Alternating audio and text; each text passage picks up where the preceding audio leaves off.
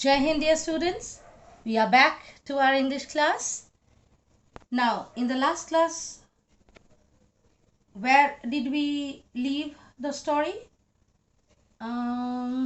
Yes. Horace Danby had come to Shotover Grange to rob, right?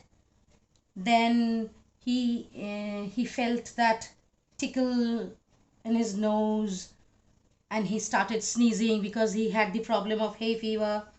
All these we had read, right? Then what happened? Oh yes, all of a sudden he could hear somebody speaking from near the door at the back. There we had stopped and we had to find out who it was. Now, it was a quiet, kindly voice, but one with firmness in it. Firmness means quite confident. A woman was standing in the doorway and Sherry, the dog, was rubbing against her. She was young, quite pretty, and was dressed in red. She walked to the fireplace and straightened the ornaments there. Don't get confused. Ornaments here means on the mantelpiece where the fireplace was, that table sort of thing, that's the mantelpiece. Some decorative items are kept over there. So those are ornaments. Ornaments here doesn't mean the jewelry and all. Fine. So she came near the fireplace and straightened the ornaments, means kept all the things in their places. Down, Sherry, she said. Anyone would think I'd been away for a month. Why did she say that? Because Sherry was rubbing himself against her. So seeing that, what happened? That she said that, oh, stop, Sherry. Otherwise, people will think that I was not here for long. Then she smiled at Horace and went on. Went on means she didn't go away. She kept on speaking, talking. However, I came back just in time, though I didn't expect to meet a burglar. Whom was she pointing to? Pointing at? Sorry. Pointing at Horace, the burglar. Horace had some hope because she seemed to be amused at meeting him. Horace thought that she's feeling somewhat happy. He might avoid trouble if he treated her in the right way. Horace thought that if he treats her in a proper manner, then he could save himself. Fine. Now, he replied, I didn't expect to meet one of the family. Of course, he didn't expect because he knew that all the family members were away. They were in London. And those two caretakers they had gone for a movie. So he knew that the house had nobody inside. But now seeing this lady, he says that he didn't expect to meet anyone of the family. She nodded. I see. What an inconvenience it is for you to meet me. What are you going to do? Horace said, my first thought was to run. course, you could do that. But I would telephone the police and tell them all about you. They'd get you at once. Fine. Now see. Horace said, I would, of course, cut the telephone wires first, and then he starts. You can say he was trying a bit to act smart. So what? How would you phone if I would have cut the telephone wires? He said this, but he was hesitant. He hesitated, a smile on his face. I would make sure that you could do nothing for some time. A few hours would be enough. A few hours would be enough means you would get time to run away. She looked at him seriously. You'd hurt me?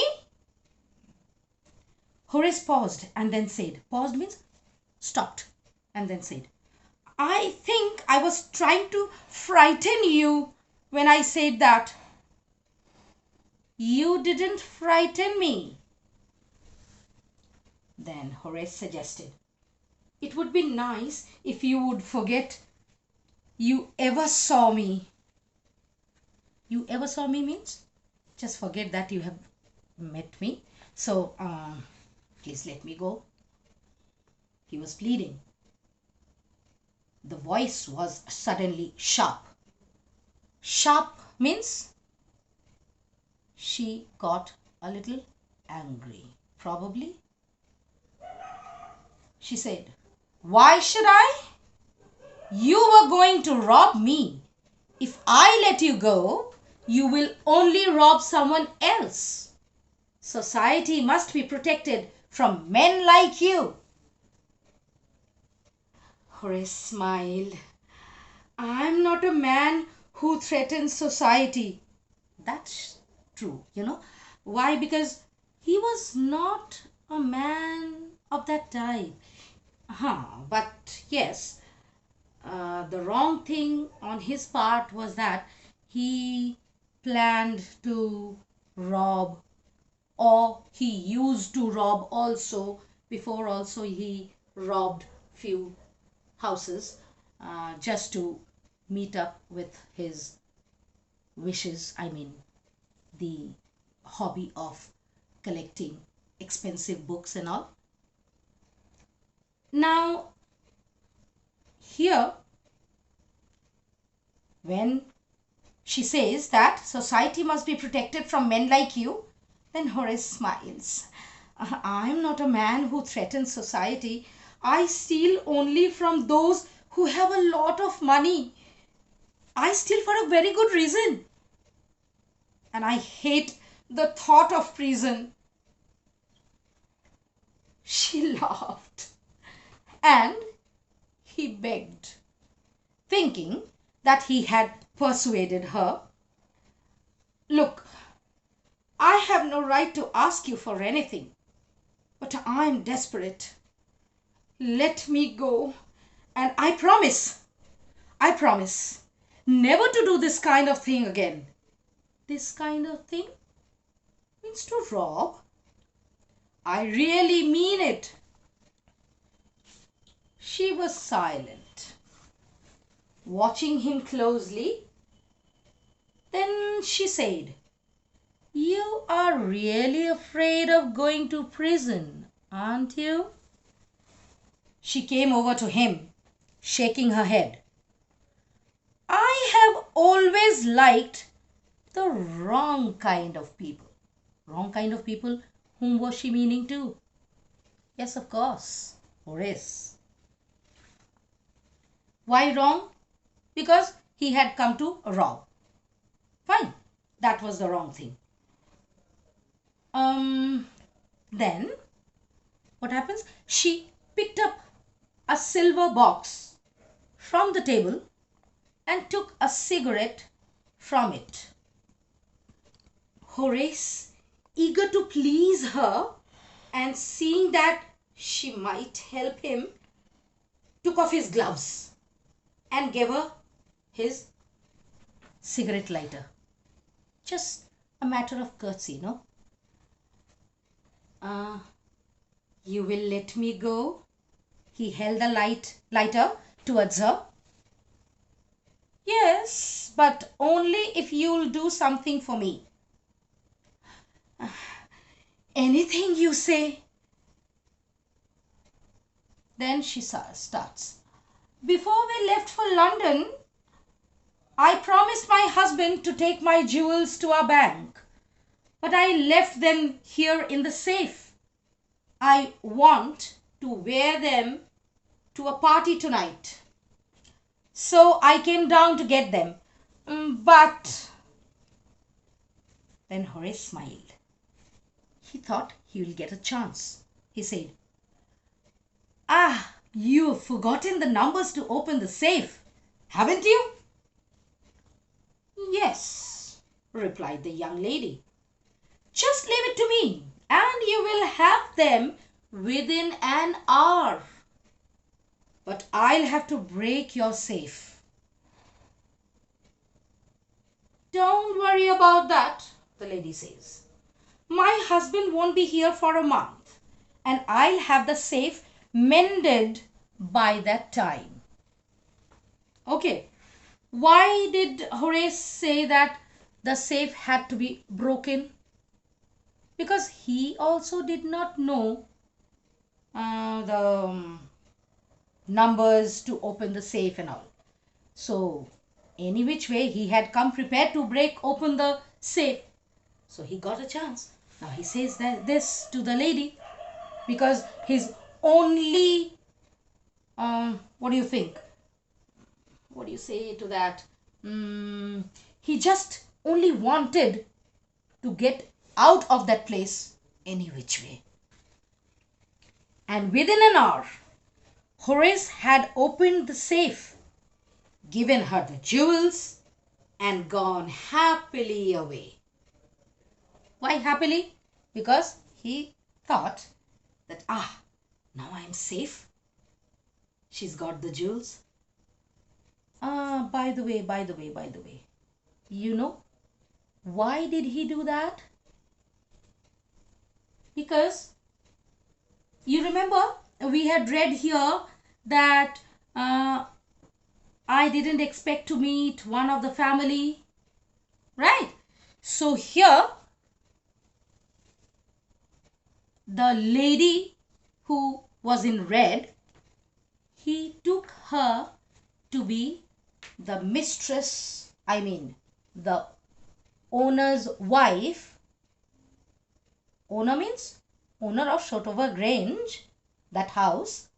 Yes. So he handed over all the jewels and went off happily. For 2 days he kept his promise to the kind young lady. Promise? Which promise? You remember that she had told that if you don't listen to me, I'll call the police and this and that, blah, blah, blah, blah, blah. And he said that I promise that I will never do this again. So that promise. Okay. On the morning of the 3rd day, however, he thought of the books. He wanted them and he knew he would have to look for another safe. He had to look for another safe means he had to make a robbery, had to rob somebody to get the money to buy the books. Okay.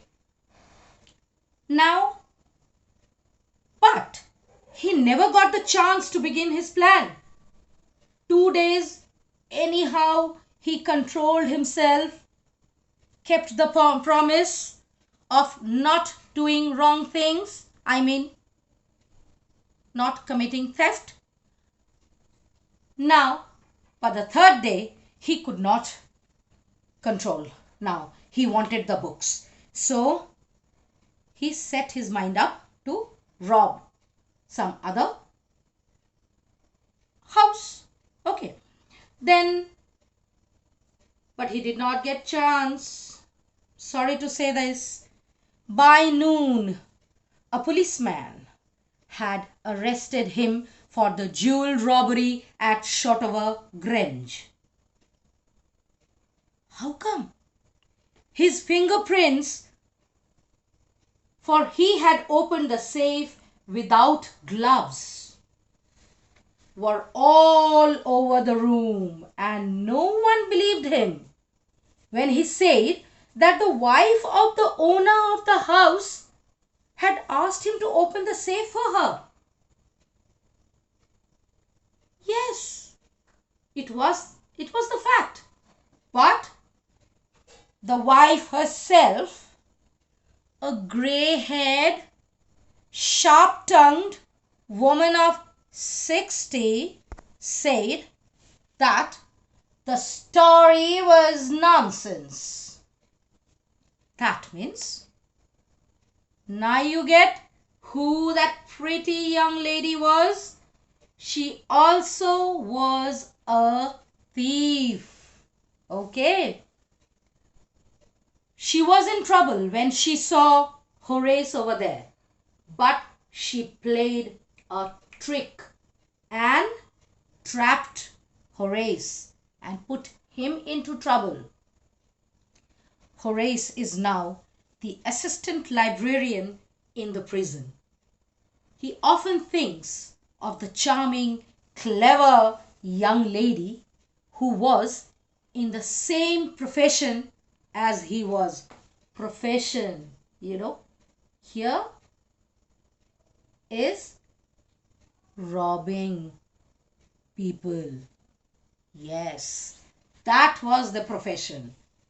He was also in that same, even the lady, that pretty young lady, she was also the same.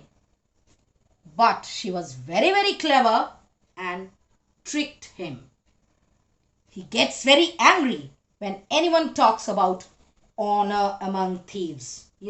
Honor among thieves means people say na, हर काम का एक उसूल होता है, sort of thing. चोरों का भी एक उसूल है, sort of thing. Now, if anybody would say honor among thieves, he would get ragged. He would get very, very angry because he got into the trap of that thief woman. Now, here ends the story. In the next class, we will have the summary of the gist of the story once again, so that it will help you out to understand the story better, and then we shall discuss the question and answers. Till then, bye bye. Take good care of yourself.